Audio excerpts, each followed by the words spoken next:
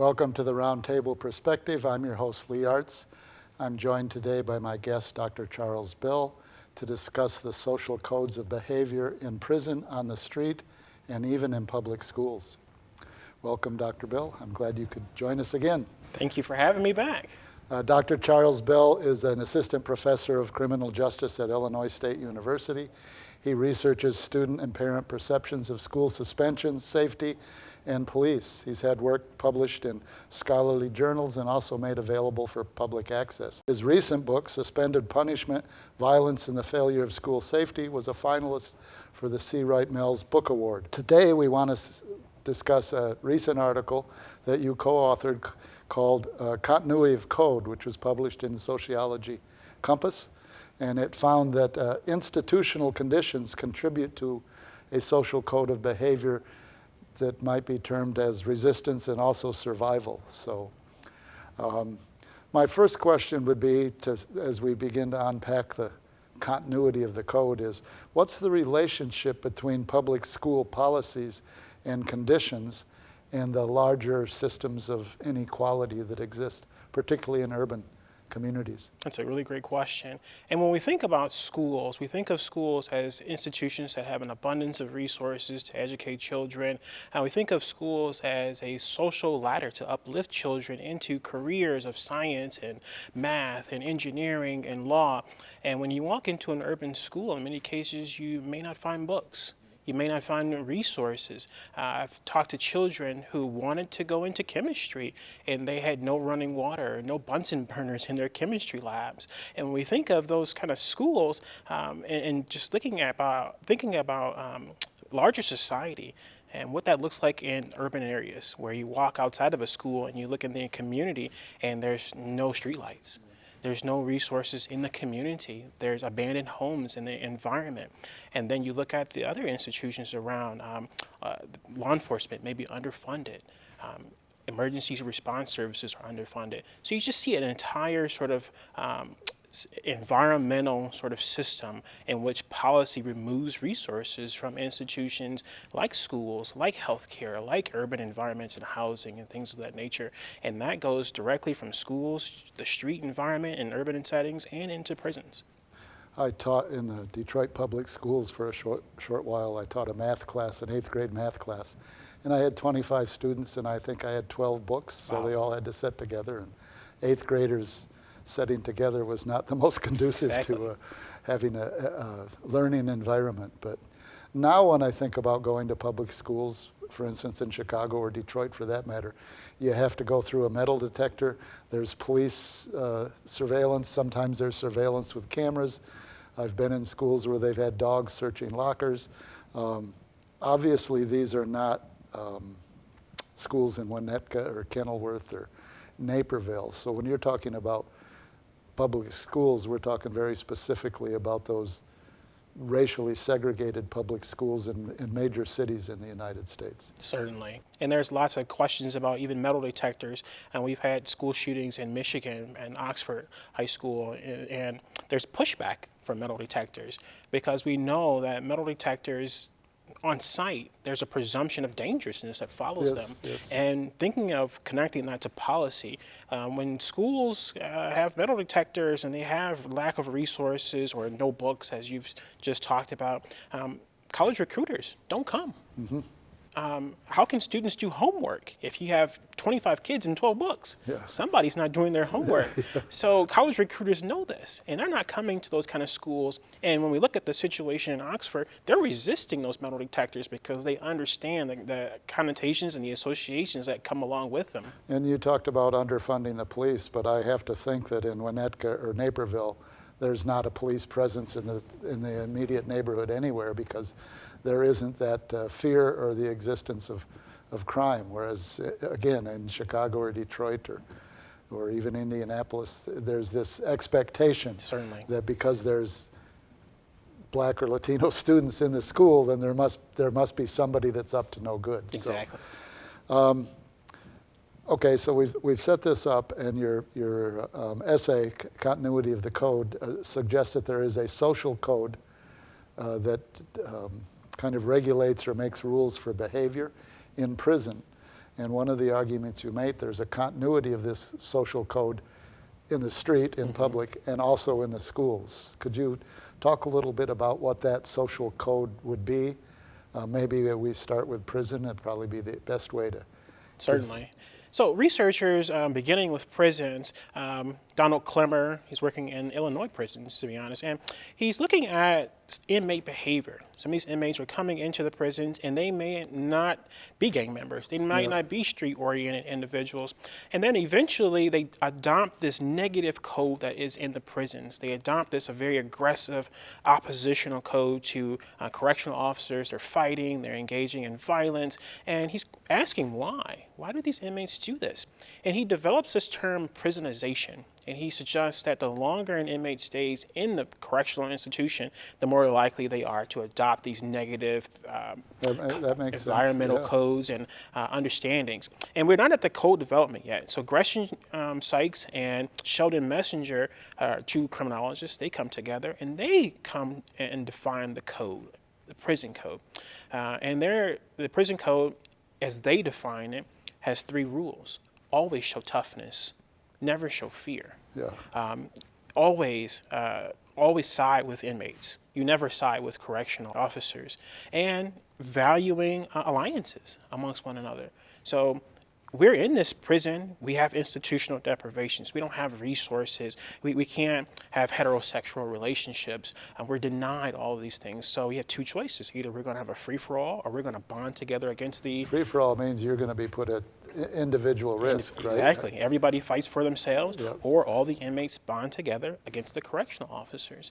And we see that once they develop this inmate code, the question is, what are the causes of it? So we have this sort of institutional deprivation model, that it's deprivations in the system, not having contact with loved ones, not having resources.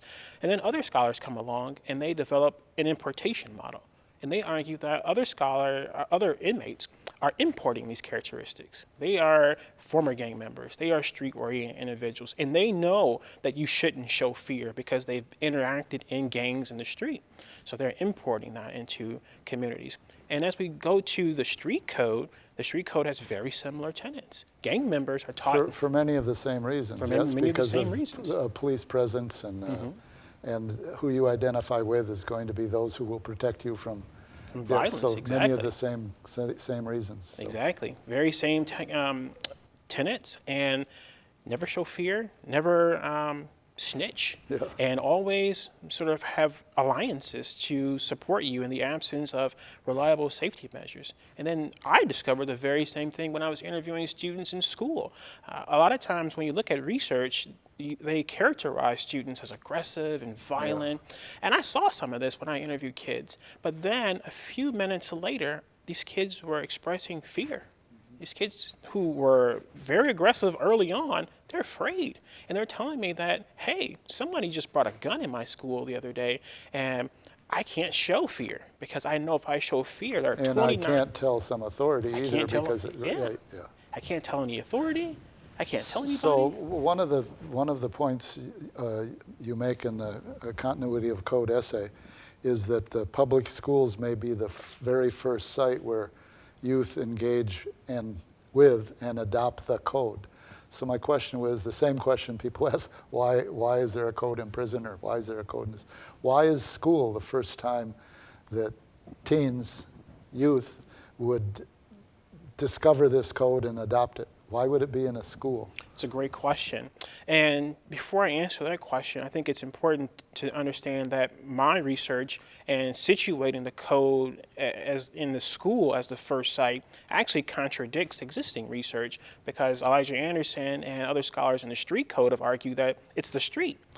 But when I interview students who are in the school, particularly middle-class students, these students don't know the street code. They have no understanding of it because they've never navigated those spaces. So they're likely being bullied. Like Jerome in my book, Suspended. He's being bullied. He's never fought back. He fights back one time, and it turns into a massive sort of gang brawl where his cousins and all kinds of friends came to support him. And then he walks into the school after he's suspended, and he notices something. The kids are surprised. They're hugging him. They're congratulating him. he's getting popularity, respect, and toughness. And those are the rewards that are given to students in the code once they fight back. So once Jerome learns that, hey, I was being bullied, now if I fight back, I'm going to get respect. I might as well go along with a code. And that is where they began to adopt the code. And it spills over, or again, I guess the question is, you're saying continuity, so you're not starting with one site like prison or the school or the street. It's saying that's where it begins. You're suggesting that there's this interplay, this interaction among the three settings. And my question is, are there similarities in those settings, the prison, the school, and the larger street community, that have similar conditions that would prompt the need for those codes? In the school, Certainly. you talk about the lack of safety. Even though there's police and authorities, there's really no safety there. And it seems it's the same on the street. And it's certainly true in the prison. Prisons. I mean, even though you're getting surveillance everywhere, doesn't mean a prisoner guard is going to rush to your defense. So are there similar conditions among those three settings, I guess, that would prompt this code as an expression of how I survive the conditions I'm under? Certainly, and I think that's safety, number one, as you just say it. These students, they know they're not safe. And the parents who send these children to these schools know that they're not safe. So when I interviewed the parents, I asked them, how would you recommend your child to respond if they are attacked? And they said overwhelmingly, you need to fight back. Because I know the guards aren't coming, the teacher is not coming, nobody's going to help you. And if you don't fight back, you're just going to suffer the physical consequences. You're suffering victimization, and then not only will you get beat up, but other students see this. They see that, hey, this kid didn't fight back. Maybe I can get $20 out of him tomorrow, or something like that. And then to answer your first question, there is a continuity to this, because if Jerome learns that, hey, if I fight back and I win, I get some respect, toughness, and popularity, he adopts this code. And what we know about fighting is that it's criminalized. Yes. So he gets caught fighting, that's assault, and he goes to prison as a result. And because he understands the norms of the school and the same sort of conditions are in the prison, the lack of safety, the violence, he's more likely to adopt the code and the in the prisons. criminalization as well, because even if you're trying to break up a fight, the very fact that you're involved in that fracas makes you a criminal, and you have more detention. And that certainly happens in the school situation, and of course it happens in the street, where even standing together with a couple of your friends in Chicago anyway is considered gang activity. So you're not protected by the police officers, even if you're standing with friends, so you don't get victimized because you're walking alone. You're subjected to a whole different kind of enforcement. So one of the things you say, that the school is not a prison, but you say it's still a carceral state institution. And you go on to talk about the urban youth in particular experience surveillance, police control. But how does the school become a prison-like institution? Certainly, that's a great question. And in this paper, my co-author, Aaron Kinzel, made a great sort of observation here. He talks about Jeremy Bentham's sort of design, the prison design, the panopticon. And that's where the guard would sit in the middle and all the prisoners, and then the guard could keep an eye on watch everybody. Yeah. So the guard can see everybody, and there's constant surveillance there. And I was thinking about how that extends to schools. When you have schools that have metal detectors, guards, and law enforcement officers, and security cameras, and intrusion film in the windows, these kids are under constant surveillance, just like the panopticon. Which I don't know the psychological effect of this, but certainly it would tend to make you feel like you're guilty of something. Exactly. It's like when you get somebody says, a cop says, I want to talk to you. It's like, well, what did I do wrong, right? So you're in this and you're constantly being surveilled, which means the assumption is that you're going to do something wrong or illegal or inappropriate, and you're being watched to be caught. Exactly. Not to be taught a different form of behavior, but to be caught. And you're not protected in this space at all. They're just waiting to catch you. And what's really interesting here is that in society, if you're defending yourself, that's self-defense. That's not criminal behavior. But in schools, zero tolerance policies criminalize self-defense. Yeah, I think when you were here before and we talked about the book, you gave some examples of a young girl that went to break up a fight and she was expelled for participating in the fight because they weren't going to listen to what she had to say. And she just gave a warning. She didn't throw a punch, and she was suspended for 5 days. Yeah. So one of the things that you're suggesting is in prison, on the street, in schools, it's this question of safety or the lack of feeling safe, the experience of not being safe under most conditions. But I understand the whole argument from like the mayor's office or the police department is we're going to send more police into the schools and that way there will be more safety. But what you're arguing or suggesting or demonstrating is that police monitoring doesn't increase student safety at all. So what does it do? It criminalizes students. It makes them uncomfortable. When I ask students, do you feel comfortable with law enforcement in your school? Overwhelmingly no. I gave a presentation 2 weeks ago to a room full of adults, and I asked them, would you feel comfortable if there was a guard in here? They said no. Yeah. So why are we doing this? It makes no sense. Yeah. It strikes me, and I don't know what the numbers are, but there are many more black prisoners than there are other prisoners, many more Latino prisoners than others. And the whole idea is you do the crime, you do the time.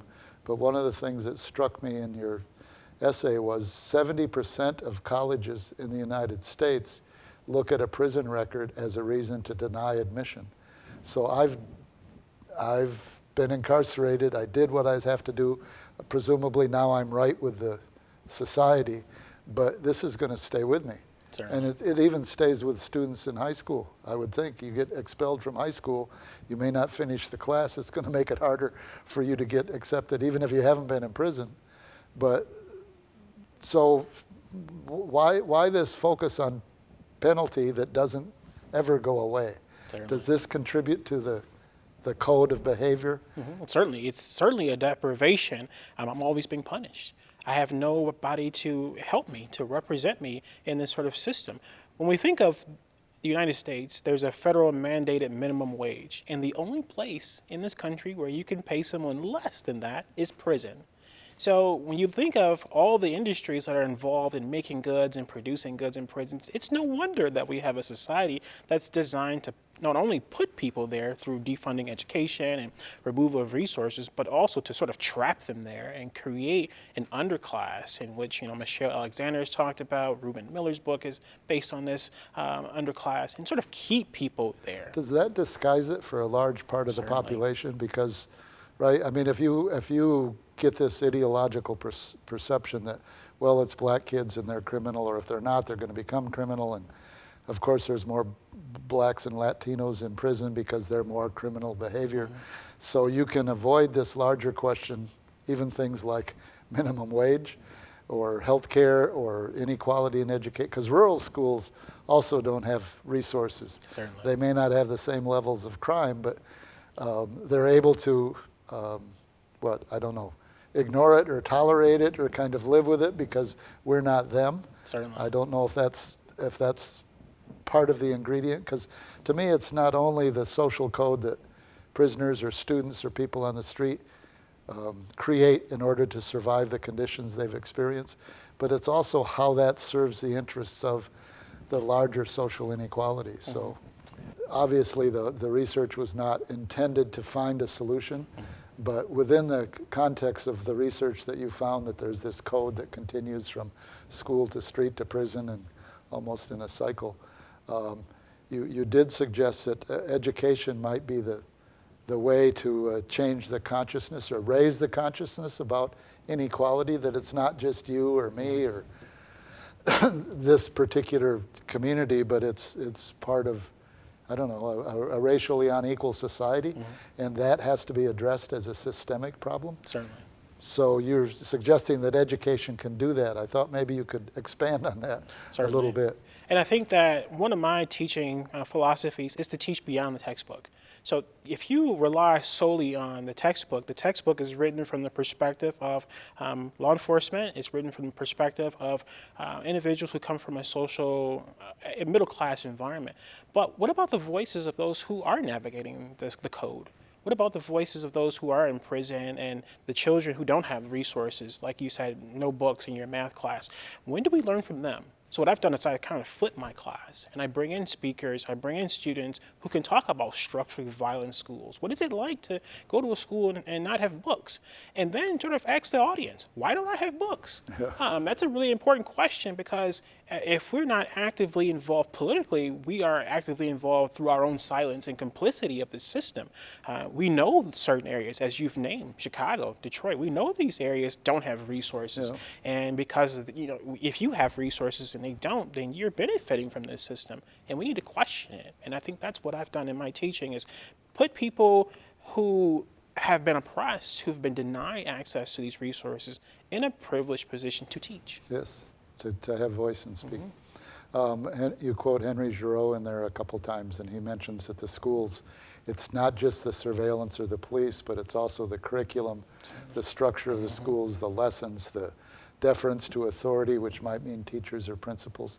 And one of the things that you also mentioned in there in this regard is that it's not just the U.S. I mean, I was struck when you talked about Germany. Turkish immigrants, Arab immigrants, Eastern European immigrants face many of these same structural conditions in Germany that we have here. So it's like your research is not simply targeting racial structures in the United States, but it has an application for most countries where there is a social class inequality, where some get resources. I would think India, Muslims probably get fewer resources than Hindus, and I know in Germany that the good German, they get more resources than Turkish immigrants, and they're in different schools. So I really appreciated the internationalization, I guess, of something that's a real social problem. So I also would say that it's somewhat inspiring to me that people find a social code to survive in conditions that are not made for survival. I mean, it may not be the best thing to prove your masculinity and get into a violent fight, but the idea that there's some loyalty, there's some social connection, and you don't cheat, and you don't cheat, and you don't snitch, and you don't snitch, seems to be on-progressive. I mean, I understand antisocial, as you're saying, it certainly doesn't contribute to that. The last thing, we may have time for one more thing, is at the very end of the essay, you have this graphic chart that shows there's the institution that criminalizes and punishes, and then there's what's the consequence of that is that students or prisoners or people on the street adopt certain behaviors that is based on violence. Then they get punished for that, and that ends up justifying the whole reason for the policy. So you create institutions that create the criminals that justify why the institutions have to be this way. So was that a collective effort from your co-authors, or was that something that you came up with by the research you did with the school codes? It's a great question. And I was actually reading John Irwin's book, he's a criminologist, and his book's The Felon. And I was looking at how he justified the code in inmates. He said that the code actually served the benefit. It benefited correctional officers, because if you have an inmate who is giving lip service to the inmate code, but also telling the correctional officers this information, you're sort of deceiving them in a sense. And I was wondering, what sort of benefit does overall society get from code adoption? And when we think of code adoption, it is criminalized. So if you want a certain demographic of people in prison, you would allow them to adopt a code, and you're going to create the conditions in which they would adopt the code and use that to justify the lack of resources. I remember back at the time of Rodney King, the Crips and the Bloods, a couple of well-known gangs in Los Angeles, entered into a truce. And the people that were most disturbed by that was the Los Angeles Police Department, because there was no more criminal activity that justified their entrance into the community. Yes. You can't come in anymore at any time. So how do criminal justice researchers frame or define antisocial behavior? And we frame antisocial behavior as behavior that is isolated. You're alone, you're walking through this environment, and you don't have the sort of natural attachments to a group of individuals, very similar to like Jerome, who is being bullied Yeah. These children are in an environment where they're sort of forced into antisocial behavior because they have no attachments, no friends, and they only gain friends when they begin to fight back and gain popularity and status. So I like that explanation, because what you're saying, it's really the social part, Yeah. that there's no social interaction, there's no social connection, there's no community. It's almost like it's anti-community or anti-collective behavior. Exactly. Well, as always, I'm apologizing to Dr. Bell for the limited amount of time we have. That's all the time we have today. So I want to thank Dr. Charles Bell for joining me today. I'm Lee Artz. I'll see you next time.